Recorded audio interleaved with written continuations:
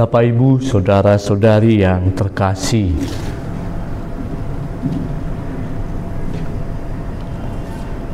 setiap kali membaca Injil tentang seorang nabi yang tidak dihormati di kampung asalnya, tetapi di tempat yang lain itu sangat dihormati, saya punya pengalaman-pengalaman yang menunjukkan bahwa itu nyata, tidak hanya sekedar ucapan biasa. Sekaligus juga menjadi refleksi bagi saya, kami para pastor, pun juga bagi kita sekalian. Tahun lalu kami ada pertemuan Signis Indonesia di Ruteng. Lalu pas sudah selesai pertemuannya, saya ngambil extend karena Ruteng, lalu kami terbangnya dari Labuan Bajo. Siapa yang tidak ingin ke Labuan Bajo, begitulah. Jadi saya merasa sangat bijak mengambil extend itu, gitu loh. Rugi dong, gitu lah. Lalu saya ambillah extend. Kemarin ada 3 orang kami yang ambil extend. Saya dari Sibolga, 1 dari Kesupan Padang, 1 dari Keuskupan Surabaya. Kami ikut tur untuk mengelilingi semua pulau-pulau yang menjadi destinasi utama di Labuan Bajo, Pulau Komodo. Singkat cerita, hari Minggunya kami misa, itulah misa seperti biasa. Kami misa di yang sekarang menjadi katedralnya Labuan Bajo. Kami nggak nyangka gitulah, kami 2, saya dengan yang Surabaya misa jam 9, siap-siap dan minta ya supaya kami itu nanti jadi konselebran, konselebran. Tiba-tiba Romo yang bertugas untuk mimpin misa itu datang, dan ketika melihat kami di situ ada, beliau langsung bilang, bapak-bapak saja yang mimpin misa lah, kami sudah biasa di sini. Lalu beliau tidak menunggu persetujuan juga dari kami, langsung pulang gitu saja. Sebenarnya tidak kaget sih jika mengenal bagaimana pengalaman kami menjadi pastor gitulah. Mengapa? Karena siapapun pastornya, entah dia uskup bahkan sekalipun, itu kalau ada yang tamu datang, selalu disodori bagian khotbah gitulah. Kamu yang khotbah yang itu. Waduh, jangan dong, ini kan wilayahmu. Ya justru karena wilayahku lah maka kamu yang khotbah. Mengapa? Kami sudah biasa didengar mereka, kamu belum tentu itu. Sejelek apapun khotbahmu bagi mereka nanti emas itu. Kami sebaliknya, seemas apapun khotbah kami bagi mereka, ya lumayanlah perunggu atau di bawahnya sedikit gitu. Dan kami terjebak dengan itu, gitu loh. Saya yang dan Sibolga dan Romo yang dari Surabaya. Jebakan yang paling maut bagi kami saat itu adalah tak satu pun dari kami yang adalah Romo ini membaca Injil pada hari itu. Betapa berat salib itu. Lalu kami saling tunjuklah, kamu yang khotbah. Lalu saya bilang, jangan dong, Romo saja lah. Romo kan perawakannya artis, pandai ngomong gitu. Lalu beliau tanya ke saya, dan saya baru sadar dan menyesal saat itu. Ternyata pertanyaannya itu jebakan. Apa ya kira-kira Injilnya itu? Lalu dengan ceplos saya bilang tentang perempuan yang pendarahan 12 tahun. Ternyata kamu sudah baca, kamu yang khotbah ya katanya, aku yang mimpin begitu. Padahal saya baru baca saat itu, itulah. Akhirnya saya yang khotbah lah. Saya khotbah karena saya tiba-tiba gitu, ya akhirnya ceritalah pengalaman di Nias, di Sibolga gimana pelayan pastoral gitu. Bapak, Ibu, saudara-saudari yang terkasih, bagi kami seorang pastor ini nggak tahu uskup ya, tapi saya pernah lihat dengan mata kepala sendiri, telinga saya sendiri, uskup juga menawarkan yang sama kepada monsinyur yang datang ke wilayahnya gitu. Tolonglah kamulah yang khotbah gitu. Lalu Monsinyur yang tamu bilang, no, ini wilayahmu, katanya. Bagi kami, tidak peduli berapa kali kami disuruh misa, percaya itu. Jam 6 misa, jam 7 jika ada yang minta misa, oke. Yang persoalan bagi kami itu adalah saat khotbah. Ada kalanya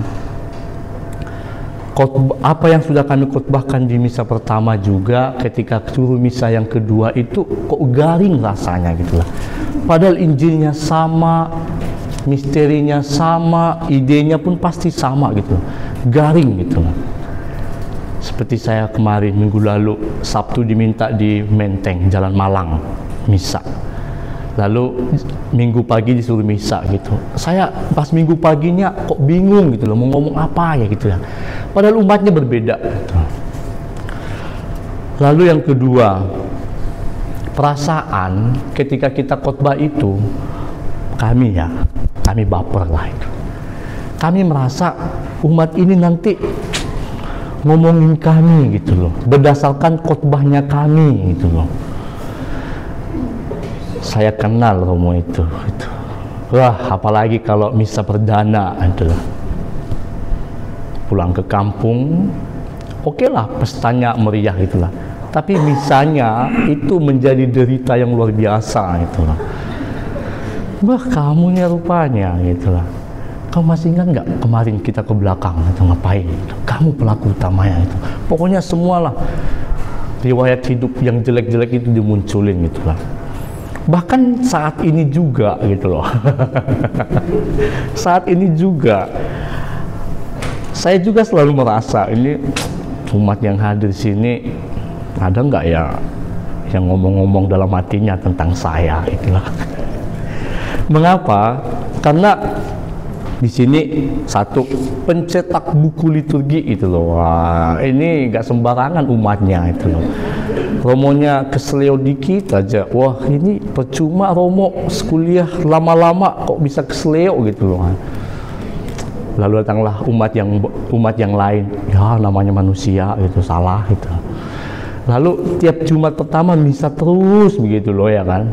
Bahkan di gereja tempat kita tinggal administratif sebagai umat paroki juga sering pasti misa gitu. Jadi saya juga punya kekhawatiran begitu. Tetapi tercermin dari Injil ini, Tuhan Yesus itu bijak ya dengan mengatakan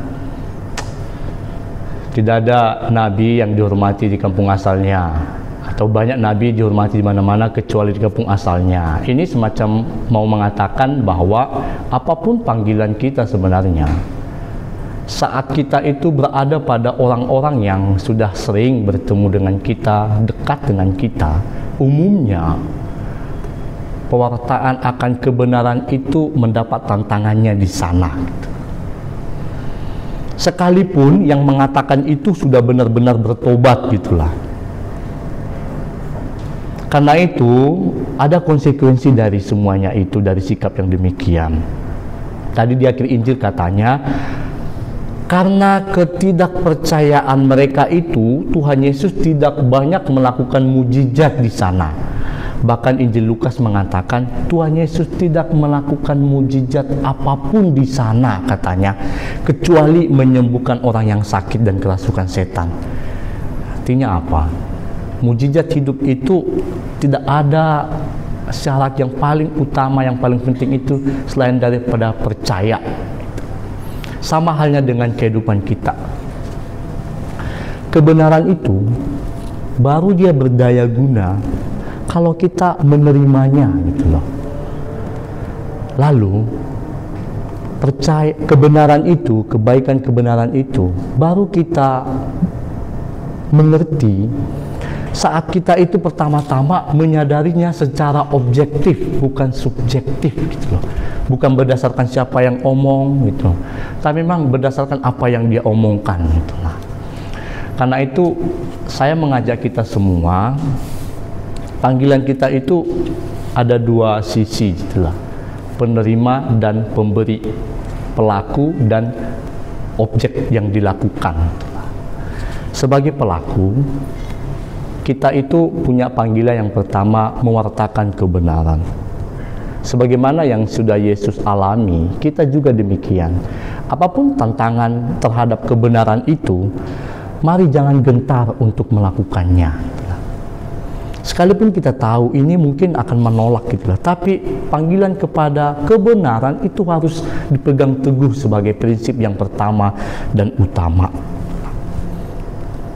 Lalu yang kedua, mari melihat segala sesuatu yang kita alami dalam hidup ini secara objektif, bukan berdasarkan siapa yang mengeluarkannya.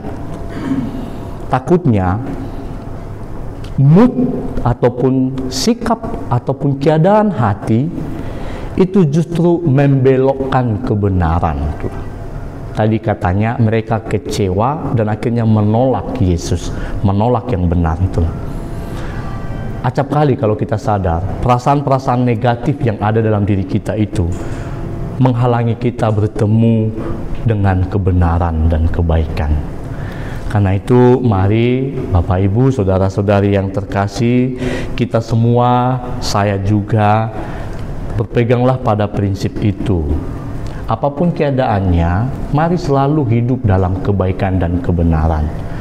Lalu yang kedua, mari juga objektif melihat realita hidup supaya kebenaran itu bisa kita sadari. Tidak justru lari dari kita yang berakibat pada kerugian dalam hidup kita. Tuhan memberkati kita semua kini dan sepanjang masa. Amin.